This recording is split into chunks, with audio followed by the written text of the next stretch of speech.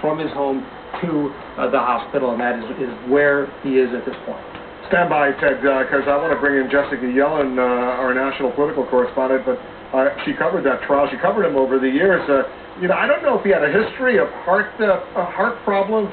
Sure, he had a lot of other ailments over the years because those were widely publicized. But do you know, Jessica, if he had a history of heart disease?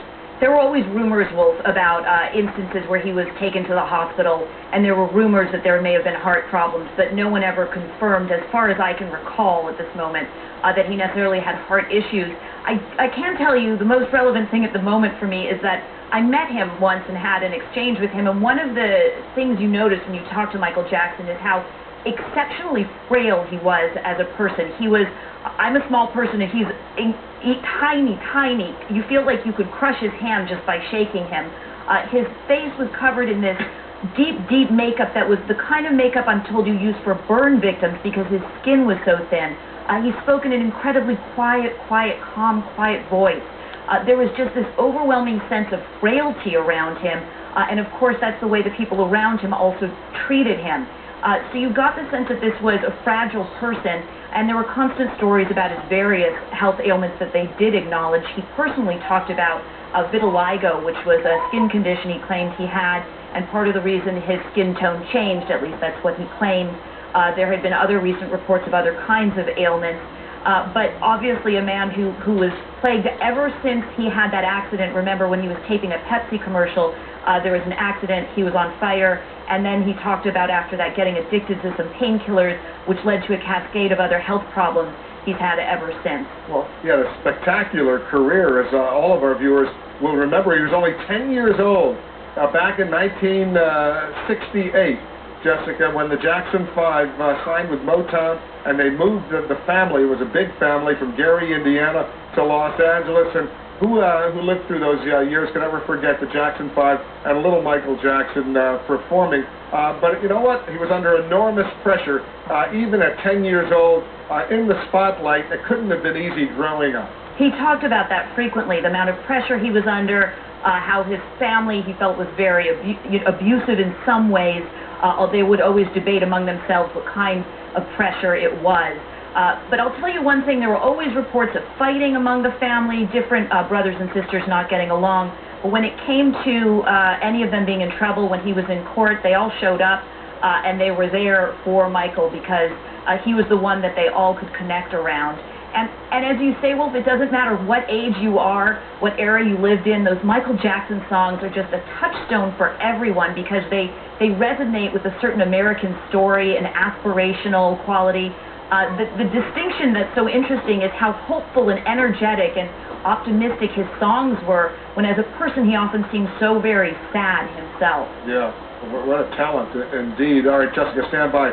Our old friend, former CNN anchor Jim Moret is joining us on the phone right now. Jim, you covered him for a long time. First of all, are you hearing anything differently than we're hearing from our affiliates in Los Angeles, that he's been rushed to the hospital, apparently suffering from cardiac arrest? That's exactly what we're hearing as well, that he was apparently administered CPR in the ambulance, that a family member has been quoted as saying he's in bad shape, he's not doing well. We don't know anything beyond that, but clearly this is a story that's developing so rapidly, Wolf, and on a day when Farrah Fawcett's passed away and we have so many resources already committed to that, it's almost hard to believe. You know, when covering his trial, his criminal trial up in Santa Maria, he went to the hospital a couple of times, and at first we were suspecting that this was simply because he was trying to get out of a contract. You know, he does have a flair for the dramatic. We've seen him go to the hospital a number of times. You remember that famous incident where he showed up in court in pajamas. But Michael Jackson, aside from being an extraordinarily talented individual, has also been a troubled individual, and he's had a tremendous amount of health-related problems over the last few years. We want to welcome our viewers who are joining us not only in the United States, but around the world. We're covering this story for you, the hospitalization of Michael Jackson, the king of pop, 50 years old, almost 51 years old, apparently suffering from cardiac arrest. Jim Moret is still on the phone. He's joining us. He's covered Michael Jackson for many years. Almost a tragic story. He's such a talent, who's gone through so much and has suffered so much pain in the process, Jim. Well, no matter what whenever you talk about Michael Jackson, in addition to his hits and his tens of millions of albums sold, you also talk about the allegations of child molestation, about the one settlement that was reached reportedly for $25 million, about the criminal trial that then ended in an acquittal. So you really talk about two different Michael Jacksons, Jackson the artist and then Jackson the person, and the person often seemed reclusive, sad. He should, by all accounts, be worth $1 billion, but all we've been reporting in the last few years are his tremendous money problems. So there really are two Michael Jacksons. He was twice married to Debbie Rowe back between 96 and 99, earlier to Lisa Marie Presley from 94 to 96, and has 3 children, Paris Michael Catherine, born in 1998, Prince Michael Jr., born in 1997, and more recently, 2002, Prince Michael II, a.k.a.